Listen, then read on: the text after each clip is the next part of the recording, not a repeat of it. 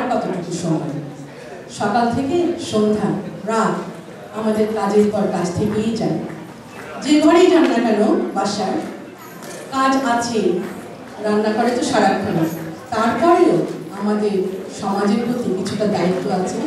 আমাদের সন্তানদের প্রতি, সংসারের প্রতি দায়িত্ব ছাড়াও আমরা চাই সমাজকে কিছু দিই, নতুন প্রজন্মকে কিছু দিই। একটা কথা মনে পড়ে গেল, অনেক আগের পড়া, আসলে আমরা মোমবাতির মতো বাঁচি।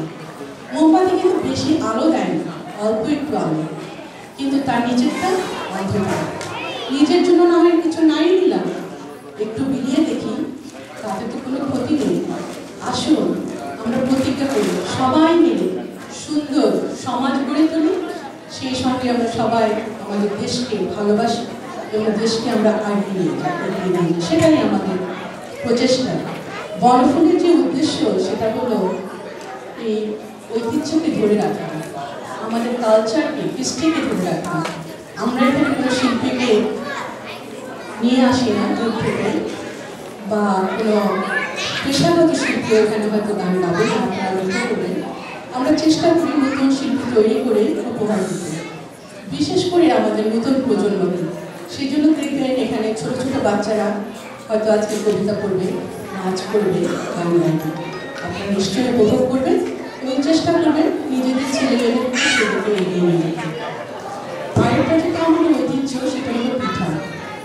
সেই ছোটবেলা থেকে শুরু করে, গ্রামের বাড়ি থেকে শুরু করে কেনা পিঠা খেয়েছেন ভোরবেলা উঠে, তেমনি একটা ঐতিহ্য আমাদের পিঠা। সেই পিঠার উৎসব আমরা করে এসেছি আমাদের ঘরোয়া পরিবেশে, এখন আমরা করেছি বাইরে আপনাদের সবাই মিলে। এবং যারা যারা পিঠা বানিয়ে নিয়ে এসেছেন তাদেরকে আমি সত্যি আন্তরিক ধন্যবাদ জানাচ্ছি।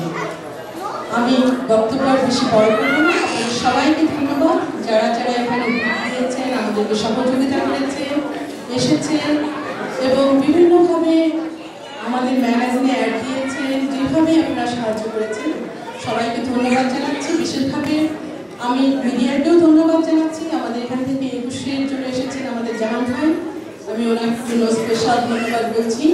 এবং নিউজ এশিয়া থেকে আছে মোহাম্মদ জাফরুল্লাহ, সবাইকে আমি আন্তরিক ধন্যবাদ জানিয়ে আমার বক্তব্য শেষ করছি। কিন্তু তার আগে আমি বিশেষ একটা পর্বে যেতে চাই। আমি সারাকে ডাকছি, সারা হাসান। সে আপনাদের সামনে যারা যারা পিঠা বানিয়ে এনেছেন তাদেরকে পরিচয় করিয়ে দেবেন এবং আমরা ওনাদেরকে রেকগনাইজ করবো। ভবিষ্যতে যেন সবাই আমরা আরো বেশি করে পিঠা বানিয়ে নিয়ে আসতে পারি এবং সবাই যেন একসাথে এনজয় করি। ধন্যবাদ সারা। আসসালামু আলাইকুম। বছরের প্রথম দিনে এই প্রথম বিকেলে বাংলাদেশ থেকে হাজার হাজার মাইল দূরে ইংল্যান্ড শহরে বৈশাখের পিঠার উৎসব পালন মানে বাঙালি ঐতিহ্যকে লালন করা। পিঠা বাংলাদেশিদের আপ্যায়নের একটি অবিচ্ছেদ্য অংশ। পিঠাবিহীন আপ্যায়ন যেন বাংলাদেশের অগ্রণী থেকে যায়। তাই তো বিভিন্ন উৎসবে আমাদের বিভিন্ন রকমের পিঠা বানিয়ে অতিথিদেরকে স্বাগত জানানো হয়। আজকের এই বৈশাখে পিঠার উৎসবে বিভিন্ন রকমের পিঠার সমাহার এবং আগত অতিথিদের রং বেরঙের বৈশাখ সাজে আমাদের মন ভরিয়ে দেয়।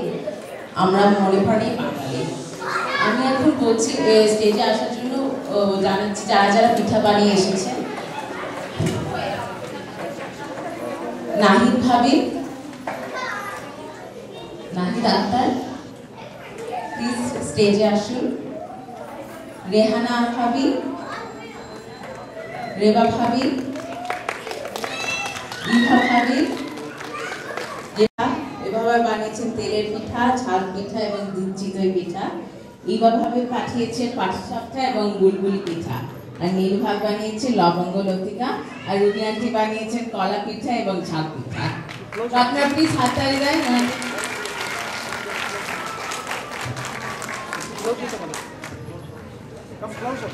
আমার আরো ফুল রয়ে গেল, তার মানে আমি আরো অনেককে ফুল দিতে চেয়েছি যারা পিঠা বানিয়ে নিয়ে এসেছেন, কিন্তু এবার মনে হয় ব্যস্ততায় সময় কেটে গেছে, পিঠা বানানো আর হলো না। তবে সময় তো রয়েই গেল, সামনের বছর অবশ্যই হবে। সবাই আসুন, আমরা করতালির মাধ্যমে তাদেরকে অভিনন্দন জানাই কষ্ট করে পিঠা বানিয়ে নিয়ে আসার জন্য। আচ্ছা, আমাদের এখানে পিঠা ছাড়াও কিন্তু আরেকটা এসেছে জিনিস, সেটা হলো আমাদের মজার চটপটি। খাবে। এটা আসলে যারা পিঠা করেছেন ওনারা কিন্তু এখানে আমাদের বিশেষণ দিয়েছেন যে আমরা এটা বিক্রি করেছি বনফুলের প্রতি এবং এটা বনফুলের জন্য কালেকশন হয়েছে।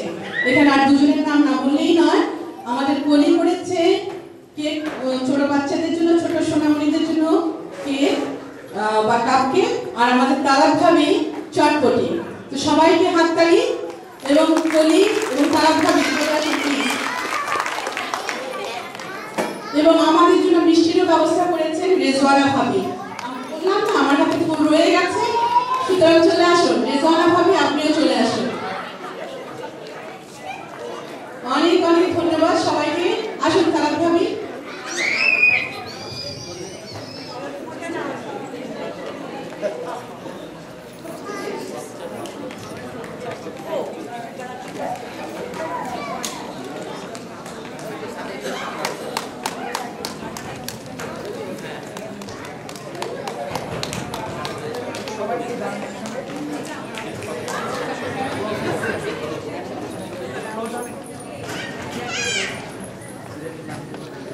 প্রবাসী ভাই বোনেরা, আজকে আমরা প্রবাসে বৈশাখী অনুষ্ঠানে এমনিভাবে উপস্থিত হতে পেরেছি।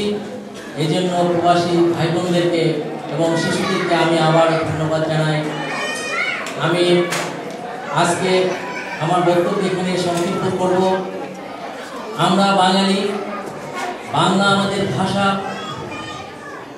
একথা আমাদের সকলের মনে রাখতে হবে এবং আমাদের মনে রাখতে হবে বাংলাদেশ যদি স্বাধীন না হতো, মুক্তিযোদ্ধারা যদি সেদিন প্রাণ চেষ্টা করে মুক্তিযুদ্ধ না করত, নিজের জীবন বাজি রেখে স্বাধীনতা যুদ্ধে অংশগ্রহণ না করত, আজকে বাংলাদেশ স্বাধীন হতো না। স্বাধীনতা না হলে আজকে আমরা প্রবাসীরা এভাবে বাংলাদেশে আসতে পারতাম না।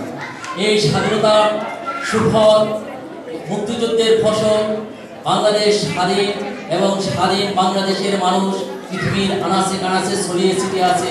সবার প্রতি আমি নববর্ষের শুভেচ্ছা জানাই এবং প্রত্যেকটি বাঙালি ভাই বোনদেরকে আমি আহ্বান জানাই, আমাদের বাঙালির যতগুলি অনুষ্ঠান হয় সেই অনুষ্ঠানে আপনারা যেন স্বতঃস্ফূর্তভাবে অংশগ্রহণ করুন এবং বাঙালি কৃষ্টি আদর্শকে ধরে রাখুন।